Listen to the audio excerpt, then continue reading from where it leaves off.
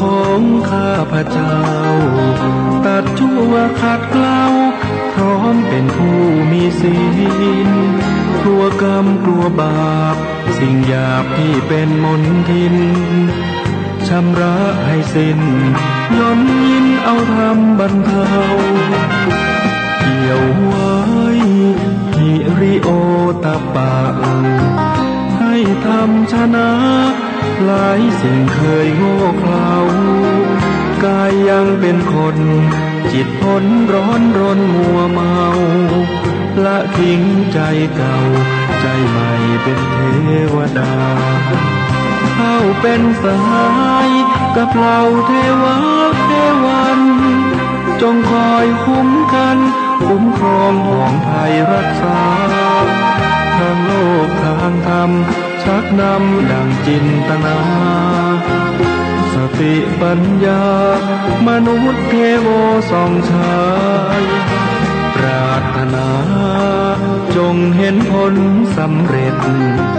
ใจงามดังเพชรเหมือนดังที่มุ่งหมายทำชั่วไม่ขึ้นทำบาปไม่ขึ้นไม่ไปทำดีลื่นไหลดังตั้งใจด้วยเถิด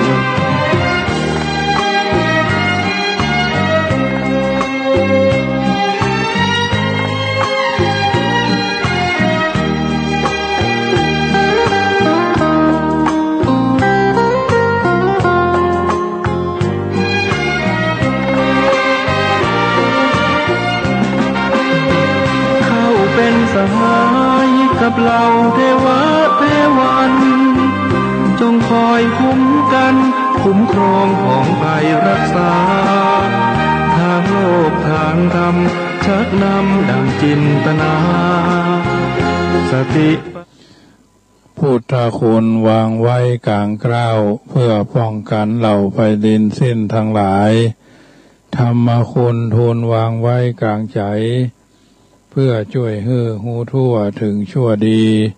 สังฆคุณทูลไว้ในชีวิตเพื่อช่วยพิษปลดทุกข์เป็นสุขีด้วยบุญอภิวันอัญชรีสวัสดีโดยการนิรันดร์เทิน10 นิ้วกราบแนบใต้ไหว้สาบารมีธรรมในครูบาอาจารย์พระมหาเถรานุเถระ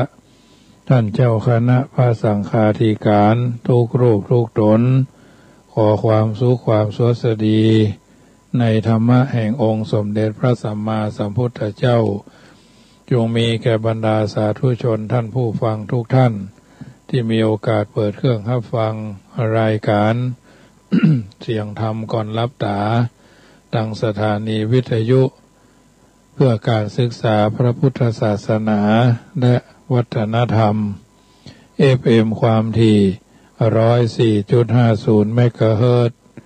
วัดฝายหินตำบลสุเทพอำเภอเมืองจังหวัดเชียงใหม่เมตตาในท่านพระครูสมุวิสุวัฒน์วรกิจโจท่านเจ้าอาวาสวัดฝายหินท่านผู้อำนวยการสถานีวิทยุแห่งนี้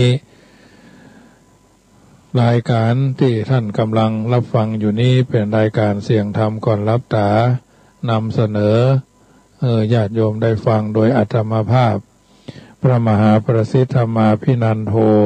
เจ้าอาวาสวัดจังกำตำบลมะกอกอำเภอป่าสังจังหวัดลำพูนก็จะได้น้อมนำเอาหลักธรรมอันเป็นเครื่องค้ำชีวิตจูนชีวิตหนุนชีวิตในท่ามกลางสภาวะสังคมปัจจุบันเต็มไปด้วยความเรียบร้อนด้วยความรีบร้อนโดยความวุ่นวายนะทั้งภายในและภายนอกเป็นเหตุให้เกิดความสับสนทั้งแก่ตัวเองคนรอบข้างประกอบกับโรคโควิดมาปีแล้วก็มาปีนี้ก็มาเนาะแต่ทั้งนี้ทั้งนั้นเราเป็นชาวพุทธเราจะได้ตื่นตัวเราจะได้ตื่นตระหนกเราจะได้ตื่นเต้นเราจะได้ตื่นตระหนกเราจะได้ตื่นตระหนกตกใจเกินพอดีเราต้องตื่นตัวตื่นใจในการที่จะแก้ไขหูเต้าเอาไว้กันหูตันเอาไว้แก้ชาวพุทธเท่านั้นนับถือพระพุทธศาสนา อยู่ใกล้ชิดพระพุทธรัตนะพระธรรมรัตนะพระสังฆรัตนะเป็นอุบาสกอุบาสิการับเอาธรรมะคำสอนขององค์สมเด็จพระสัมมาสัมพุทธเจ้ามาปฏิบัติคัดเกลากำลังใจเป็นประทีปนำเป็นประทีปธรรมนำชีวิตก็คือเกิดความสุขกายเกิดความสุขจิตใจห่มเย็นเป็นสุขนะความยินดีในการประพฤติปฏิบัติไม่ใช่น้อยโดยเหตุนี้ท่านเชียงทั้งหลายจึงเข้าวัดเข้าวาปฏิบัติธรรมพระเจ้าพระสงฆ์บรรยายธรรมทางวิทยุก็พากันสวดมนต์ไหว้พระด้วยนะญาธรรมาภาพก็เหมือนกันรายการเสียงธรรมนำสุขช่วง5 โมงถึง6 โมงวิทยุลูกทุ่งเชียงใหม่ฟังทางเฟซก็ได้ปรริญญาเอกวัดลาดนะปรริญญาเอกวัดลาดมีอยู่รูปเดียวที่ใช้นามนี้นะปรริญญาเอกวัดลาดเป็นนักรบต้องมีกระบี่เป็นนักเรียนบาลีต้องมีพัดปรริญญาธรรม3 4 5 6 7 8 และ 9เป็นขั้นสูงสุดนะญาติโยมเป็นนักรบต้องมีกระบี่เป็นนักเรียนพระบาลีต้องมีปกาสนิยบัตรมุทิบัตรและตาลปัดพัดปรริญญานะเป็นเครื่องยืนยันส่วนแห่งโลกธรรมญาติโยมเพราะฉะนั้นรายการนี้เป็นส่วนหนึ่งนำมาเป็นปฏิพรให้ญาติโยมเกิดความร่มเย็นเป็นสุขนะเพิ่นบอกว่าเย็นอะไรไม่เท่าร่มเงาวัดเย็นมนัสร่มรื่นชื่นหันษาเย็นละอองพระธรรมองค์สัมมาเย็นพฤกษาอย่างไม่เท่าเท่าร่มธรรมนะเย็นอะไรไม่เท่าร่มเงาวัดเย็นมนัสร่มรื่นชื่นหันษาเย็นละอองพระธรรมองค์สัมมาเย็นพฤกษาอย่างไม่เท่าร่มเงาธรรมเนี่ยอันนี้เป็นสัจธรรมเอาท่านทั้งหลายต้องหู้จักนำเข้าต้องหู้จักนำออกนะต้องหู้แสดงตนมีการพัฒนาต้องหมั่นศึกษาหาความดีความสุขเพราะเฮานำเข้าเป็นสิ่งเดียวที่เป็นความสุขต้องฉลาดพิจารณาเหมือนอาหารเอาจะกินอาหารบูดก็ว่าอาหารดีก็ว่าอาหารสดก็ว่าอาหารแห้งเพราะฉะนั้นถ้าบ่พิจารณาก็ขาดสติชีวิตก็มาลายขาดไปได้ทั้งชีวิตและทรัพย์สินสามารถย่อยยับหมดไปในภายในพริบตา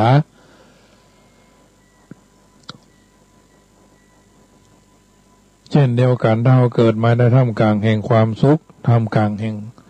สุขทางกายสุขทางใจมีคนเสกสรรปั้นแต่งให้เรามีความสุขอยู่ที่เราจะมีปัญญาฉลาด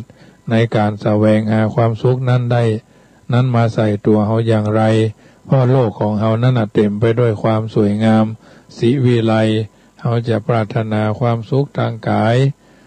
ตั้งใจเราจะปรารถนาความสุขทางใจเราก็ได้เช่นนั้นเหมือนกันแต่ความสุข2 ประการนี้ต้องฉลาดในการนำเข้ามาสู่ตัวบ่เช่นนั้นแล้วจะกลายเป็นติดกับดักแห่งความสุขเป็นต้นเพิ่นถึงบอกเอาไว้เป็นภาษาบาลีว่าการมองโลกว่าเอสะปัสสัทธิมังโลกังจิตตังราชะรุระถูปมังยถาภาละวิสีทันตินัตถิสังโฆวิชานตังนะสู่ท่านทั้งหลายจงมาดูโลกนี้อันตรการดุจราชรถที่หมู่คนเขาหมกมุ่นอยู่ซึ่งผู้รู้หาข้องอยู่ไม่พระพุทธเจ้าได้แสดงลักษณะของโลกไว้อยู่3สิ่งอันเป็นโทษโดยส่วนเดียวเปรียบด้วยยาพิษสิ่งอันเป็นโทษคือเกินพอดีเปรียบเหมือนของมึนเมานะสิ่งอันเป็นอุปการะเปรียบด้วยอาหารและเภสัชแต่ใช้ในทางพิษอาจจะเกิดโทษได้นอกจากนี้พุทธเจ้ายังแสดงลักษณะของคนเขาหมกมุ่นอยู่ในเหตุ3 ประการก็คือเพลิดเพลินในสิ่งอันฮือโทษระเริงจนเกินพอดีในสิ่งอาจจะฮือโทษติดในสิ่งที่เป็นอุปการะเนี่ยจากเรื่องนี้แสดงให้เห็นว่าโลกของเฮานั้นสวยสดงดงามขนาดไหน พระพุทธเจ้าเปรียบเหมือนราชรถที่งดงามตระการตาตามแบบสุขที่มีจริงถ้าเป็นคนเขาบัฉลาดในการพอโลกกลายเป็นคนมกมุ่นคุ้นคิดอยู่ในความสุขที่เป็นโลกามิตรเป็นต้นหูจักระมัดระวังเลือกเสกสรรปั้นแต่งจะทำให้มีความสุขสมเด็จพระสัมมาสัมพุทธเจ้าตรัสให้บริษัทมาดูโลกนี้ไม่ใช่เพื่อให้หลงชมเหมือนเขาพอละครพอหนังเห็นแก่สนุกสนานเพลิดเพลินก็บ่ใช่อันนี้เป็นเรื่องที่จำเป็นจะต้องนำไปพิจารณาเพราะฉะนั้นเรื่องแบบนี้เป็นจำนวนนักบ่เมื่อบ่เป็นอย่างก็นับว่าเป็นโชคดี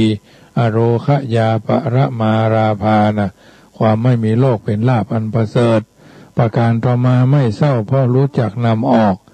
สิ่งที่บดีบ่งามความบดีบ่งามก็พยายามคัดเอาออกอาบน้ำคัดขี้ใครอาบน้ำคัดขี้ใคร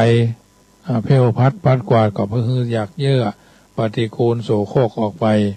พุทธเจ้าตรัสเอาไว้ว่านัตถิตัณหาสมานาทีแม่น้ำเสมอด้วยตัณหาบ่มีแม่น้ำมีวันเต็มตัณหาบ่มีวันเต็มอย่างที่เพิ่นบอกว่า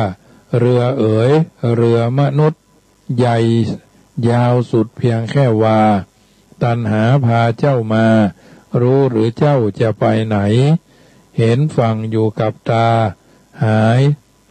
พายเข้าหาฝั่งหนีไกลตัณหาจะพาเจ้าไปเรือก็ร่มจมคงคานะเรือเอ๋ยเรือมนุษย์ใหญ่ยาวสุดเพียงแค่วาตัณหาพาเจ้ามารู้หรือเจ้าจะไปไหนเห็นฝั่งอยู่กับตาพายเข้าหาฝั่งหนีไกลตัณหาพาเจ้าไปเรือก็ล่มจมคงคาในที่สุดหาฝั่งแห่งความสุขบ่ปะชีวิตของเฮาก็ลอยวนอยู่ในโลกนี้แหละเป็นวัฏฏะสงสารเวียนว่ายตายเกิดนะเมื่อเฮายังมีความโลภความโกรธความหลงเมื่อใดเฮาจะหาความสุขบ่ปะบ่เจอข้อแรกเป็นสุขเพราะว่าการนำเข้าเรียกว่าสังวรประทานเพียรระมัดระวังบ่ให้บาปหรืออกุศลเกิดขึ้นในจิตใจแต่ขนาดว่าระวังก็ยังแทรกเข้ามาได้โดยเฉพาะความโลภความโกรธความหลงเพราะเมื่อเฮาแสวงหาความสุขร่างกายกันนักยังมีนักยิ่งมีนักยิ่งบ่พอถูกความโลภความโกรธความหลงเข้ามาซ่องสุมอยู่เป็นประจำก็จะทำให้เฮาท่านทั้งหลายมีความทุกข์ระทมตรมตรอมเนาะประการต่อมาบอกตัวเองว่าจะมีการพัฒนาคำว่าพัฒนาแปลว่าทำให้เจริญขึ้นหูจักนำเข้าหูจักนำออกแล้วก็หูจักคำว่าพัฒนานะรักษาศีลแต่บ่เพิ่มพูนถ้ามีศีลรักษาศีลแต่ถ้าบ่เพิ่มเป็นจะทำจะเป็นลักษณะบาปบ่มีดีบ่ปรากฏถ้าเราจะเลิกเด็ดขาดจริงต้องทำบุญเพิ่มคือการพัฒนาตัวเองอยู่ตลอดเวลาและในวันนี้ก็ขออนุโมทนากับญาติโยมที่ตั้งกุศลเจตนาฟังนั่งฟังธรรมกันนะมีความสุขสดชื่นในการที่ทำภาระธุระเพราะว่าฝนตกมา 2-3 วันนี่เนาะเดี๋ยวนี้ก็เริ่มมิดมดทำราแถวอำเภอป่าซางโดยเฉพาะบริเวณวัดจังกำนะทางเชียงใหม่ก็คงจะตกกันแล้วเนาะตกกันวันนี้ก็มีแดดแต่เกิงวันกี่ข้อตอนแล้วก็ขมุกขมัวกันอยู่เนี่ยนะโซ่ไปโซ่มาอยู่เนี่ยลมพังเพ่งอยู่ศาลาทาสีลงแลกเกอร์ทินเนอร์ที่บนไม้ปืนชั้นบนก็ลงรอบที่3ละก็คงจะใกล้ๆเสร็จละนะกัดท่านกัดนี่ก็จะมาเทตัดไม้ใส่ไม้กันเปื้อนนะซึ่งการก่อสร้างห้างแปลงก็เครื่องกุฏิสงฆ์ก็ได้มาผ่านมาหลายประมาณ 60% เนาะยังเหลือด้านหน้าที่จะต้องต่อจะต้องเทปูนเนาะเทปูนเทอย่างแหมงบประมาณวันนั้นว่า 200,000 ปลายประเดี๋ยวนี้ศาลาเพิ่นมาอู้กันแต่เจ้าว่าประมาณ 150,000 มีค่าเทปูนมีค่าเล็กที่จะต้องต่อกระเบื้องก็จะซื้อแหมประมาณเป็นพันเหมือนกันเนอะเป็นพันแผ่นเหมือนกันเอามาเพิ่มเพราะว่ามันขาดกระเบื้องสีเดียวกันนะสีเพิ่นเฮาว่าสีออก ค้ำๆน้อยเนาะสีมนนกเอียงคงลงนะสีมนนกเอียงคงลงไว้ได้เนาะ น้ำตาลไหมก็บ่ใจนะเพราะฉะนั้นจะต้องเทพื้นปูนก็คิวละ 4,500 เนาะสิวละ 4,500ก็ประมาณพุ่นเนาะคงจะเป็น10พุ่นเนาะเพราะว่ามันเทหนาเนาะเทแบบรถ10ล้อจนบ่เป็นอย่างนี่นะเพราะฉะนั้นจะต้องเทมันเป็นที่เสมอกันเนาะญาติโยมอันนี้ก็เป็นส่วนที่จะต้องต่อส่วนญาติโยมท่านใดจะเป็นเจ้าภาพนาคตันป้านลมหรือใบละกาก็ยังแถมซาวตัวเนอะตัวละ 4,500 บาทจองไว้ก่อนก็ได้ไปใช้เก็บสตางค์เดี๋ยวพุ่นวันที่23 ตุลาวันที่23 ตุลาเป็นวันปิยมหาราชจะทอดกฐินด้วยเนาะกฐินบ่มีเจ้าภาพก็คงจะเป็นต้นกฐินก็คือนี่แหละเจ้าฟ้ากับเนี่ยป้านลมหรือใบละกาเนาะซาวตัวละซาวต้นเนาะท่านใดจะฮับเป็นเจ้าภาพต้นก็สามารถแจ้งความประสงค์ได้เป็นตัวตั้งตัวตีเนาะเป็นสะพานบุญเนาะแม่แก้วแม่คำแม่มีแม่มานะพี่น้องดอยสะเก็ดจะฮับก็ได้เนอะพี่น้องบ้านต่อเมืองลังจะฮับเป็นเจ้าภาพเพิ่นฮับอยู่แล้วนะแต่ว่าเพิ่นคงจะขอเพิ่นเอามาเพิ่นเอาวันเลาะกฐินนะ23 ตุลานะเป็นวันปิยะวันที่21 ตุลานี่ออกกว่าษา22นี่วันดา23ก็ตอดเลยนะตอดก่อนตอดก่อนเป็นขุนตกลุนเป็นพญาเพราะว่านะหรือบางคนอาจจะแพงเพื่อตอดลุนไปขี้ค่ายนะ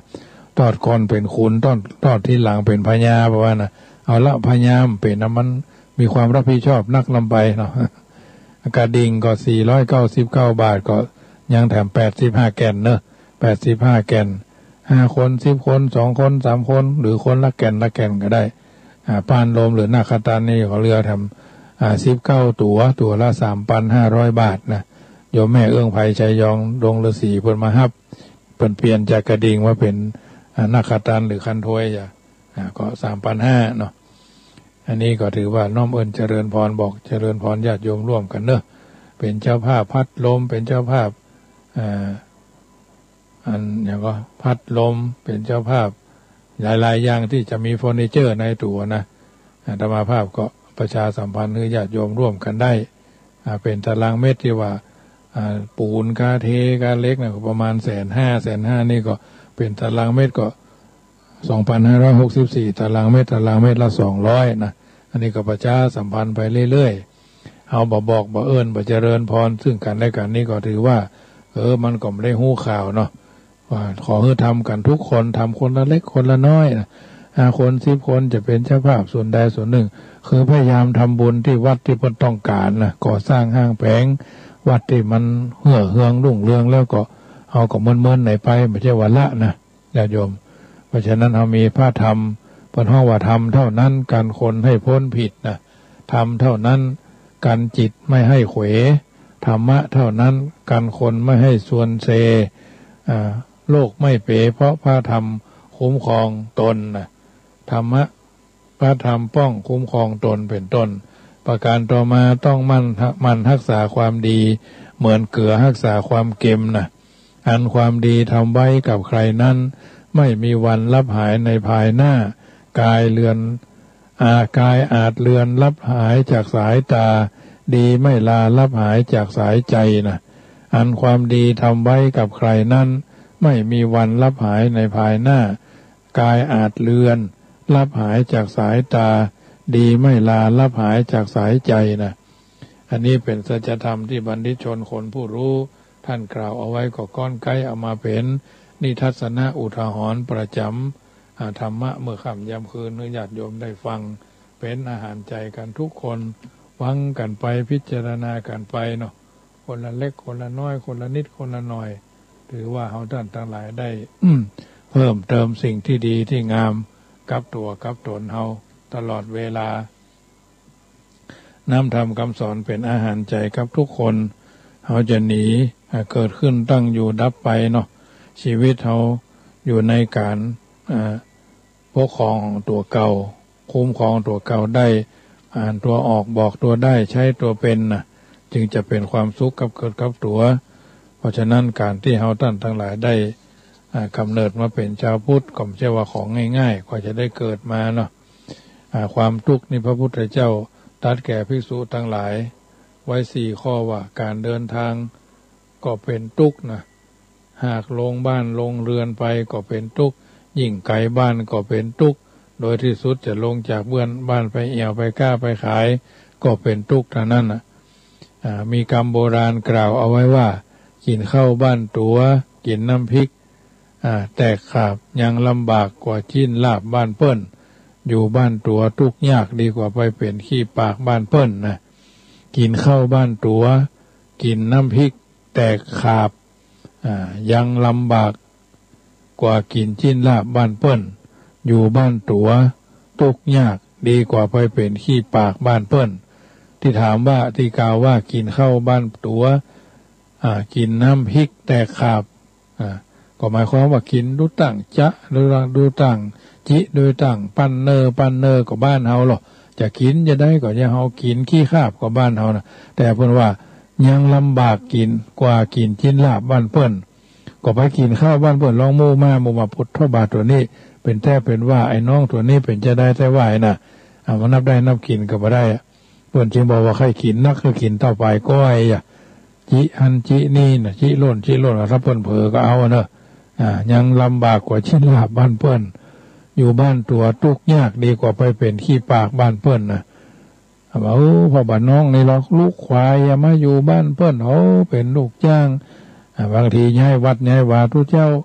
ต่อมาอยู่บ้านพวกก็ลูกควายกันเรียกได้ไอ้น้อยแต่ก่อนเขาว่าเป็นเคยเนี่ยเขาอยู่บ้านเขาก็เรียกกันเขาก็ลูกควายกันอีนายแต่ก่อนอีนายอยู่บ้านก็ลูกควายเรียกกันไปเป็นเคยไปเป็นไปบ้านเปิ้นก็นักแกนะญาติโยมมันบ่ใช่ว่าสุขใจสบายใจนะซื้ออย่างมาบ่แบ่งกันทั่วลูกหลานหลายก็นักแกเหมือนกันนะพอหั่นพอนี่นะเพราะนั้นลักษณะมีอยู่ถมเทไปเขาจะไปบ้านไผ่เขาจะไปกินข้าวบ้านไผ่นะ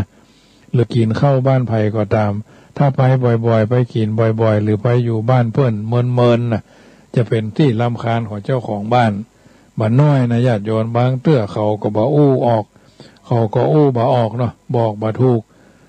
ก็แสดงออกมาทางกิริยาอาการเนาะนอกจากว่าเขาเป็นบุคคลที่เขาต้องการเขาเป็นตัวเงินตัวทองไม่ใช่เป็นตัวเหี้ยนะญาติโยมเป็นตัวเงินตัวทองของเพิ่นเขาได้รับผลประโยชน์จากเขาเท่านั้นนี่เป็นลักษณะแบบธรรมดาแต่คำว่าเดินทางในพระพุทธศาสนาพุทธคาถานี้พระพุทธเจ้าทรงหมายเอาการเดินทางไกลในวัฏฏะการเวียนว่ายตายเกิดในวัฏฏะสงสารนะการเดินทางแบบนี้ก็เป็นทุกข์นักบ่มีที่เสี่ยงที่สุดนะเวียนว่ายตายเกิดอย่างเนี้ยอยู่อย่างเนี้ยตายแล้วก็ถ้าเกิดมาดีก็ดีไปถ้าออกมาแต่ถ้าหากเกิดมาบ่ดีก็เป็นบาปเป็นกรรมที่ตามที่ตัวมาก็ยิ่งเป็นทุกข์ต้องทรมานทรกรรมอยู่ร่ำไปพระพุทธเจ้าจึงตรัสว่าควรจะหยุดการเดินทางไกลเสียก็คือทำลายอวิชชานะตัณหาอุปาทานเลิกละการทำอกุศลกรรมปฏิบัติธรรมในขั้นแรกโดยการรักษาศีลเพื่อรักษากายวาจาใจให้สงบระงับนะ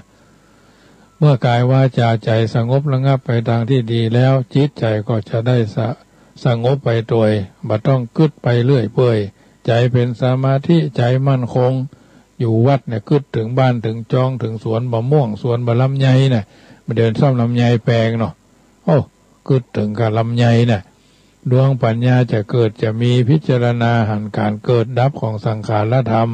แล้วก็จักมีการเบื่อหน่ายบรรเทาความยึดมั่นถือมั่นในเบญจขันธ์การเป็นเช่นนี้ก็เป็นหนทางไปสู่ความดับทุกข์การยับยั้งการเดินทาง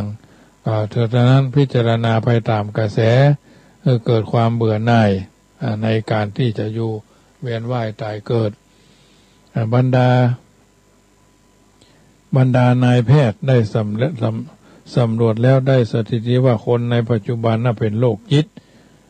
เราจะสังเกตคนในปัจจุบันเป็นโรคจิตจะฉีดวัคซีนก็กลัวเนี่ยเขาว่าเนี่ยไอ้นั่นก็ตายอันนี้ก็ตายเป็นโรคประสาทกันทุกวันเพราะเขากลัวเปิดห้องวัดตีตนไปก่อนไข้เนี่ยญาติโยม ตนไปก่อนไข้จะทำเมื่อเราท่านทั้งหลายได้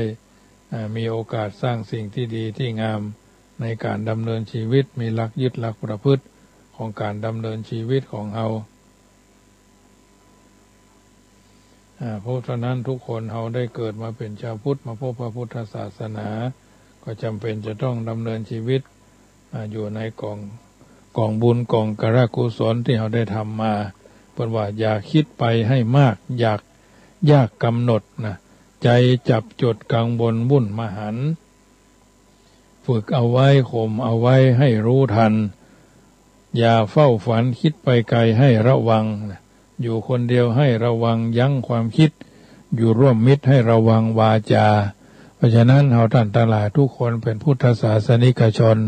พยายามทำชีวิตให้มีค่าให้มีราคาด้วยการทำงานและกึศในทางที่ดีจักบวชไปตามจะบวชก็ตามบ่บวชก็ตามจักศึกก็ตามบ่ศึกก็ตามจะได้ไปปฏิบัติธรรมที่วัดก็ตามบ่ได้ไปปฏิบัติธรรมที่วัดก็ตามจะเดินทางในวัฏฏะก็ตามพยายามทำใจให้ดีประดับใจให้งามเมื่อใจสบายแล้วใจดีแล้วจะทำอย่างจะอย่างก็ดีไปหมดบ่ใช่ว่าดีหายหมดนะดีไปหมดนะโดยที่สุดแม้จะยุดการเดินทางก็ยุดได้ง่ายบ่ต้องขึ้นลงระหว่างนรกกับสวรรค์นะเป็นนั้นว่าความนึกคิดตลอดถึงความทุกข์แต่ละอย่างที่ได้อธิบายมาอย่างกว้างขวางพอสมควรก็จะให้ทุกท่านนำไปเป็นข้อคิดดำเนินชีวิตเป็นลำดับไปอันเนี้ยเป็นนิทัศนะอุทาหรณ์เตือนจิตสกิจใจญาติโยมสาธุชนท่านผู้ฟังทั้งหลายกตัญญูกตเวทิตาแสนดีเลิศเป็นเครื่องเชิดชูสง่าเพิ่มราศีเป็น5แก้วขวัญตนของคนดีเป็นสักขีชี้ฮือหันว่าเป็นคนนะถึงวันนี้เราดูรอบๆตัวเราว่ามีภัยอันตรายคุกคามชีวิตอยู่มากมายเสียเหลือเกินชีวิตทุกชีวิตในโลกเฮานี้ถึงวันนะบอกว่าวัดบอกว่าบ้านบอกว่าโรงเรียนนะเสมอเหมือนสิ่งที่แหวกว่ายอยู่ในห้วงมหันนบอันกว้างใหญ่ไพศาลหรือเหมือนกับดวงเทียนแสงเทียนที่ถูกจุดขึ้นในท่ามกลางแรงพายุบอกว่ามันจะดับเมื่อใดนะการบริหารชีวิตจึงไม่ใช่เป็นของง่ายสำหรับทุกคนจริงอยู่บางที่เนี่ยเขาเอาภาพรวมมาข่มภาพลักษณ์นะบางเพราะมันบอบบางชีวิตผจญกับโลกอยู่มากถ้าหากบ่ได้รับการพิทักษ์รักษาโดยทางถูกในทางที่ถูกที่ควรแล้วก็จะมีแต่ทางเสียสิ่งที่น่าเป็นห่วงที่สุดไม่ใช่เป็นสิ่งที่อยู่อื่นไกลไม่ใช่สมบัติพัสถานไม่ใช่ญาติมิตรบงวานเบาใคร่ไม่ใช่อย่างอื่นทั้งสิ้นตนของตนต่างหากที่น่าเป็นห่วงเพราะทุกสิ่งทุกอย่างภายนอกมันมีแต่ตัวตนของเราเป็นสำคัญทั้งนั้นมันเป็นศูนย์กลางแห่งความทุกข์ความสุขมันเป็นกุญแจแห่งความปลอดภัยและความบ่ปลอดภัยทั้งหมดญาติโยมท่านผู้ฟังทั้งหลายด้วยข้ออันนี้ก็เมื่อเราได้ตั้งสติรักษาตนด้วยดีเหมือนเรือพายออกไปสู่ทะเลหลวงบ่ฮือมันเอียงบูบไปทางหน้าข้างใดข้างหนึ่งอุดรูรั่วก็น่าจะน้ำจะไหลเข้ามาต่อพายไปด้วยความระมัดระวังก็ชื่อว่าได้สร้างความปลอดภัยให้แก่ตัวแล้วทุกสิ่งทุกอย่างก็ถือว่าทุกสิ่งทุกอย่างภายนอกได้รับความปลอดภัยไปพร้อมๆกันสมดังพระบาลีตรัสเอาไว้ว่าโยจะรักขันติอัตตนังรักขิโตตัสสะพาหิโรผู้ใดรักษาตนได้ภายนอกของผู้นั้นก็เป็นอันรักษาไว้ด้วยแล้วด้วยขอความสุขสิทธิเสถียรเที่ยงเต้าในธรรมะขององค์สมเด็จพระสัมมาสัมพุทธเจ้าเกิดกับตัวกับตนญาติโยมสาธุชนเป็นลำดับไปเพราะฉะนั้นถือว่าอิทธาลมอนิทธาลมเป็นเพิ่นบอกเอาไว้เป็นคำกรสอนใจไว้ว่าเห็นเหลืองเรืองอารามว่างามเหลือถึงลูกจนพ่อทนได้ไม่ทุกข์หนักอย่าเพิ่งเชื่อติดตามด้วยความหลงคิดไข้ควรคาดคั้นให้มั่นคงว่าเหลืองสงหรือเหลืองเสืออยู่เนื้อในนะเป็นว่าเลี้ยงหมายังรู้จักรักเจ้าของ ตอบสนองคุณเราเฝ้าวัดเฝ้าบ้านได้แต่ชุบเลี้ยงคนอับปีบัดสีใจเผลอเมื่อไรย้อนกัดฟัดเรากระเด็นนะกตัญญูกตเวทีแสนดีเลิศเป็นเครื่องเชิดชูสง่าพาให้เห็นเป็นลากแก้วขวัญชีวีที่เราเป็นสักขีชี้ให้เห็นว่าเป็นคนนี่ถือว่าเป็นสัจธรรมที่ท่านบัณฑิตชนคนผู้รู้ก่อนไกลเอามาเป็นนิทานสอนใจเป็นดำรับไปฉะนั้นเราท่านทั้งหลายอยู่ในสังคมแห่งการอยู่ร่วมจงเป็นผู้มีความกตัญญูรู้คุณท่านจงเป็นผู้เกื้อหนุนกุลเจือคนทั่วไปจงทำใจให้เป็นปกติจงละทิฏฐิมานะโอหังจงระวังการกระทำและคำพูดทำจิตใจให้บริสุทธิ์และยุติธรรมบัวไม่ช้าให้ช้ำน้ำไม่ให้ขุ่นอดทนเพิ่มศรัทธาปัสสาทะศรัทธารักนับถือพระพุทธศาสนาตลอดไปญาติโยมท่านผู้ฟังทุกท่านอันนี้เพิ่นบอกเอาไว้ว่าโลกนี้ยังกว้างหนทางยังอยู่ไกลฟ้ายังสดใสให้กำลังใจตัวเองตลอดไปญาติโยมท่านผู้ฟังอยู่ทางบ้าน ฟังรายการธรรมะเสียงธรรมก่อนรับตาเป็นจะใดก็สามารถโทรศัพท์ทักทายกันเข้ามาได้เนอะ0615476539 5 นาทีสุดท้ายก่อนนำรายการจากท่านไปมีสายโยมแม่เรนูก้อนแก้ว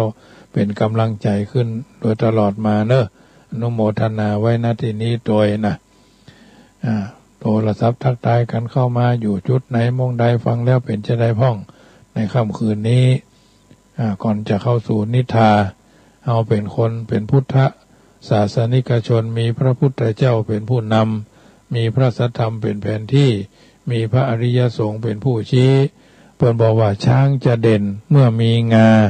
คนเราจะมีราคาเมื่อรักษาศีลธรรมเนี่ยช้างจะเด่นเมื่อมีงาคนจะมีราคาเมื่อรักษาศีลธรรมเนี่ยศีลธรรมคำสอนของพระพุทธเจ้ารักษาไว้คือดีนะจะได้เป็นมงคลก่อนที่เฮาท่านทั้งหลายจะเข้าสู่นิทานในค่ำคืนนี้นึกถึงบุญกุศลที่เฮาได้ทำกันมาตั้งแต่เจ้าว่าเป็นจะได้พ้องอันใดดีอันใดงามอันใดเหมาะวาระโอกาสสำคัญวันนี้อาจจะเป็นวันคล้ายวันเกิดของท่านผู้ฟังที่อยู่ทางบ้านก็เป็นได้อยู่เนาะวันเกิดมาวันนี้มาถึงวันนี้เฮาอายุเท่าใดเนาะอายุ25 30 35 40 45 50นะ50กว่าเวลาประเดี๋ยวนี้อายุ50ก็เหมือนว่าบ่าย3โมงไปแล้วเนี่ย60ก็4โมง70ก็5โมง80ก็6โมงน่ะทุ่มไปก็90ปลายไปแล้วเนี่ยถือว่าต้องประคองตนตัวให้ได้เจริญพรแม่ครูเจริญพรฟังอยู่เลยเจ้าฝนตกก็บัดตกแค่แต่ม่วนดี บดดีฮะแต่ตอนบ่ายมีแดดนิดน้อยนี่ลงมาแล้วนะทั้งเพศลงมิดมอดมาตกก็ตะว่ากับวันค่ำคืนหูตกกับเจ้งเลยเจ้าตกกับเจ้าเดินแต่ว่าก็ตกวันค่ำวันนี้ก็มีอยู่มีมาหมอแต่ของทั้งนี้บอกใครมีแล้วให้ตอนบ่ายก็มีเจ้าเจ้าเจนดีนะเจ้าโมทนาเจ้าสาธุเจ้าพี่น้องกาแฟเจริญพรสาธุเจ้าเข้าบ้านแล้วก็เข้าบ้านแล้วเจ้าวันนี้ยังแฟนหน่อยก็วันนี้ยังแขนกว่าตะวานี่ฝนตกทั้งวันนะจ้าท่านเดี๋ยวนี้ทางนี้ก็ลงแล้วนี่ยุดละเจ้าเปล่งแล้วได้หันแดดแล้ววันนี้เนาะบ่มีแดดเจ้าตกเหมือนกันนะแต่ว่าลงบันนักมันตะวาตกวันค่ำอ่ะเจ้าว่านี่เละเลยเนาะเจ้าวันนี้ธรรมะวันนี้บดีขวางสักอย่างเลยนะเจ้าถ้าทำได้ก็ดีเนาะถ้าคนปฏิบัติธรรมบ่ล่ะสวดมนต์ไม่พาละดึงอย่างใดนี่ก็มากินข้าวน้ำพริกบ้านเฮาแต่โขบแต่ขาบหรือก็ไปกินจิลาบ้านเพิ่นใจเขาจะดึงเพิ่นได้อย่างใดล่ะดึงจิตดึงใจเพิ่นมาปฏิบัติมาสวดมนต์ไหว้พระเนี่ยจ้ะคนใกล้ตัวก่ะ แน่นอนมันต้องทำใจมันต้องเป็นธรรมชาติไปเลยเจ้าโมทนาเนอเจ้ากินข้าวบ้านเฮาน้ำพริกแตกกบแตกขาบกินข้าวกินจินลาบบ้านเปิ้นก็เป็นที่ลำบากใจเนาะก็จะน่าญาติโยมเป็นพิศนาธรรมคืนนี้นะกินข้าวบ้านเฮาน้ำพริกแตกกบแตกขาบกินจินลาบบ้านเปิ้นเป็นที่ทุกข์ลำบากใจจะเท็จจะจริงแค่ไหนก็นำไปเป็นข้อเตือนจิตสกิจใจเนอะค่ำคืนนี้สมสมัยได้เวลาอาตมาภาพพระมหาประสิทธธรรมาภินันโทขอนำรายการจากท่านไปก่อนจะรับจะนอนค่ำคืนนี้ไหว้พระสวดมนต์ดังพุทธนิพนธ์คาถาว่าพุทโธบังซ้ายธัมโมบังขวาสังโฆบังกายาอรหังบังเกสาอรหังพุทโธนะโมพุทธายะอายุวันโนสุขังปะลัง